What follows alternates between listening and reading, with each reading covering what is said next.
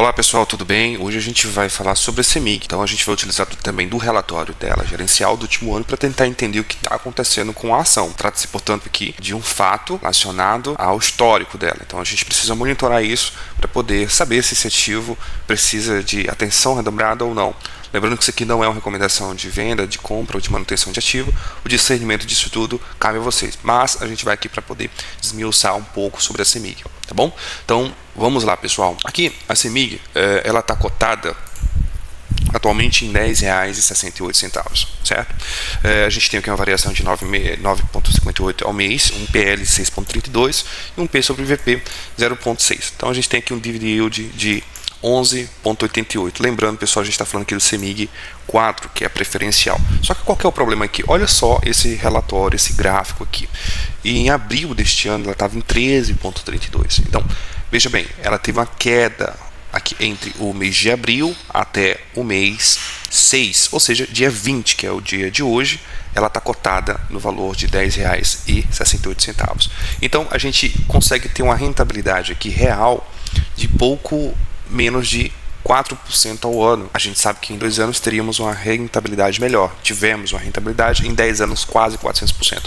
Mas o que aconteceu aqui nesse 7,53%? 10,77%, sendo que a todo momento a gente está tendo notícias de que a CEMIG está distribuindo dividendos, né? Então, mas por que ela está caindo tanto nos últimos anos, nos últimos meses, perdão, que vem desvalorizando ela? Então aqui a gente tem um dividend yield de 11,88 e uma média de 12% ao ano, né? Então a gente vê que de 2019 vem crescendo, deu uma queda em 2020, mas depois da pandemia, 2021, 2022, 2023, 2024 chegou a 14,74% de dividend yield no ano. Atualmente a gente está em 11,88. Temos também esse gráfico que compara a CEMIG com o CDI, o IFIX e o IBOV. Então a CEMIG sempre está ganhando. Por exemplo, aqui na data de abril de 2026, que foi o auge dela esse ano, a CEMIG pagou 188,20% comparado a 72% do CDI. Claro, isso aqui tudo numa margem de 5 anos, tá, gente? Se a gente reduzir aqui para 2 anos, então veja aqui o próprio IBOV, que não é um índice tão bom para a gente poder precificar as coisas e saber se está rendendo bem ou não, dada as tantas variações que tem. Então a própria CEMIG com o IBOV se equiparou, o CDI ficou estável em 2 anos em quase 25%. Então, se a gente fizer uma comparação aqui, a gente vê que se eu tivesse investido R$1.000 há 2 anos, eu teria 1.350. No CDI eu teria 1.277. Então ela está levemente superior à sua rentabilidade aqui do CDI. Mas por que mesmo anunciando boladas de dividendo em JCP, a CEMIG ainda continua tendo uma atenção especial e redobrada do próprio mercado? Vamos entender isso melhor. A gente precisa entender aqui primeiro, antes de qualquer coisa, o que o relatório do último ano trouxe para a gente poder prever aqui ou tentar encontrar os caminhos para que rumo vai a CEMIG.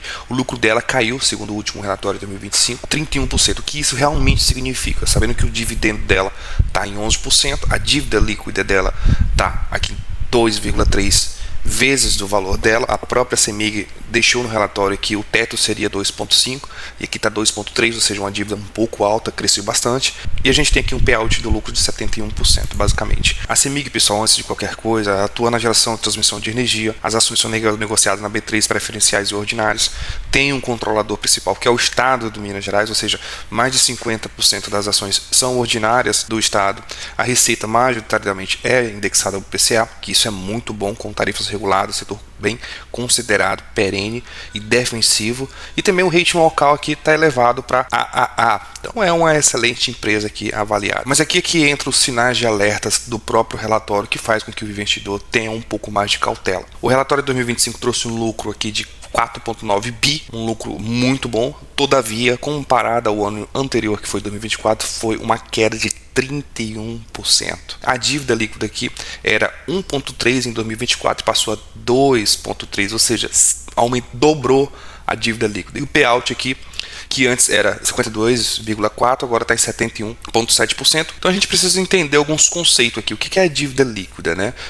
A dívida líquida mostra o quantos anos precisa de geração de caixa para a empresa pagar e quitar toda a dívida que tem hoje atualmente. Então, em relação à CEMIG, saltou de 1,3 para 2,3 em um único ano, ou seja, quase dobrou. Basicamente dobrou na prática, né? A própria empresa que definiu um teto de segurança de 2,5, que é um teto elevadíssimo para a empresa de geração e transmissão de energia como a CEMIG. Comparado às outras empresas, não seria tão alto assim, mas para a CEMIG seria, porque a CEMIG é uma empresa extremamente lucradora e não deveria ter esse tipo de alavancagem. Essa distância do limite ficou um pouco menor, mesmo que o próprio relatório estabeleça que o limite seria 2,5, né? Quanto mais perto do teto, menos margem de manobra em cenário de juros altos aqui no Brasil, como está em 14,25 na data de hoje, ou se eventualmente houver queda na receita, então esse espaço se espreme mais ainda. Dois movimentos importantíssimos aqui que aconteceu no ano de 2024. Primeiro, as tarifas da CEMIG foram reajustadas e também vendeu o grupo Aliança Geração, que é esse grupo aqui, onde ela conseguiu criar caixa. Não somente isso, a dívida subiu em contrapartida com a captação líquida de 9,3 bilhões de debuentes e empréstimo só em 2024, né? O resultado ali de 2024, com um prazo médio de alongamento para 6,9 anos, né? Um investimento recorde aqui de 6,6 bilhões em 2025, principalmente o investimento em distribuição, ou seja, criou mais compromisso a longo prazo. 3 pontos que eu marquei aqui ao analisar o relatório da CEMIG, né? O hedge natural dela é indexado na inflação, ou seja, tarifa e 59% da própria dívida são indexadas ao PCA. Segundo ponto interessante que eu marquei da CEMIG aqui, que em 2026 ela demonstrou um dividend yield aqui bem próximo aos 11%, que dá uma segurança ao investidor que ainda tem muitos ativos lá, estão permanecendo consolidado na posição, um patamar considerado ideal aqui para uma renda passiva, né? Terceiro ponto que eu achei interessante aqui, que o próprio núcleo de negócio da CEMIG, sem entrar em conceitos aqui, ultrapassa aquilo que é sugerido, ou seja, ela vem tendo performance muito mais daquilo que a própria empresa espera. Então essa distribuição ela cresce de uma maneira ajustada, né? E os pareceres também da auditoria demonstraram isso. Agora, 3 pontos de atenção. A alavancagem é o ponto mais importante para a gente monitorar, né? Ela subiu, como é dito, de 1,3 para 2,3 em um ano, perto aqui de 2,5, que é o teto que ela mesma estabeleceu. O payout também subiu de 52% para 72%, justamente no ano do lucro mais fraco, com o apoio da dívida nova, né? Com mensalização de energia também. O terceiro ponto, segundo o relatório, teve um resultado ajustado caindo de 80%, um preço de energia disparou no ano de hidrologia desfavorável. Então, assim, mesmo que a gente tenhamos um ajuste nos lucros da empresa, conforme eu havia dito anteriormente, que é um dos pontos positivos, a gente tem que a comercialização de energia tendo o resultado caindo em 80%, que é um preço que a gente assusta um pouco, mas faz parte do processo, né? A gente sabe, não vou citar governos e tudo, mas tudo isso influencia. 3 pontos que eu marquei de monitoramento segundo o relatório é o controle estatal, evidentemente, que todo investidor observa isso. O Estado de Minas Gerais é o controlador geral. A gente sabe que quando o Estado está lá, a gente tem decisões, às vezes, políticas, não fica tão evidente assim, mas é possível quando o Estado está dentro da maior parte das ações ordinárias, ou seja, sendo controlador, na prática é isso.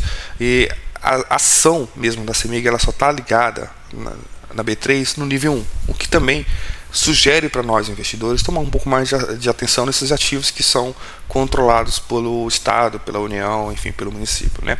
Outro ponto aqui é 12,3 bi em ação judicial, sendo possivelmente um prejuízo ou não, a depender da jurisdição, enfim, da cognição do juiz. Ou seja, a gente tem aqui uma empresa do qual o consumidor, via de regra, para a gente sabe do CDC, eles entram na justiça contra a companhia de energia elétrica, saneamento, faltou energia, caiu um poste, uma árvore, enfim, aí entra na justiça para dano moral, dano material, etc. e tal. Então, somado todas as ações judiciais aqui, o que foi já requerido pelos consumidores que ainda não foram julgados, tem 12,3 bilhões de pedidos de indenização aqui, de dano moral, dano material, etc. e tal. Só que isso ainda não entrou, né? Não viraram nenhum tipo de provisão num balanço da CEMIG, até porque essas ações elas variam, né? Muito. Não significa que a sentença vai ser esse ano, não. Tem ações aqui, ação coletiva, enfim. São ações longuíssimas. Outro ponto é o custo da dívida que vem subindo, pessoal. 13,1% ao ano. O que era antes de 2025, 11,98%, com um capex ainda maior previsto para 2026, que é o ano que a gente está agora. Então vamos monitorar também esse custo da dívida, se vai subir no relatório desse ano de 2026. O que ficou aqui no nosso radar, né, pessoal? Uma nota aqui de 7/10 é uma nota já alta, a gente sabe que a média é 7, então a gente acredita que é uma empresa boa. Existem outras empresas melhores ainda, como eu havia dito já, mas também não é uma empresa péssima. É apenas uma observação que a gente tem que ter, acompanhar essa dívida, essa alavancagem, a dívida deu uma crescida, os anos dos empréstimos se prolongaram. Então a gente tem que acompanhar o relatório aqui no mínimo nos próximos 2 anos para poder saber exatamente se a gente vai ter uma atitude ou permanecer estável nesse ativo, né? A gente tem aqui, para poder saber exatamente da saúde, tirando todas essas nuances, que quem está aqui com a ação, né, tende a observar essa dívida se estabilizar, né, abaixo do teto que é estabelecido pela própria empresa, que ela disse que pode pagar. Então aqui nos próximos balanços a gente vai analisar essa dívida e também tratar o dividend yield atual como totalmente sustentável, né? Observa-se que é um dividend yield aqui que possa sim ser mantido nos próximos meses aí, pelo menos, né? Mais uma vez, pessoal, isso aqui é um conteúdo educacional, não constitui nenhum tipo de recomendação de compra, venda, manutenção de ativos. As decisões aqui de investimento são de responsabilidade exclusiva de você, investidor, idealmente com apoio, evidentemente, de um profissional habilitado. Os dados extraídos aqui desses slides foram do exercício 2025. Então, eu agradeço a vocês, um forte abraço e até mais.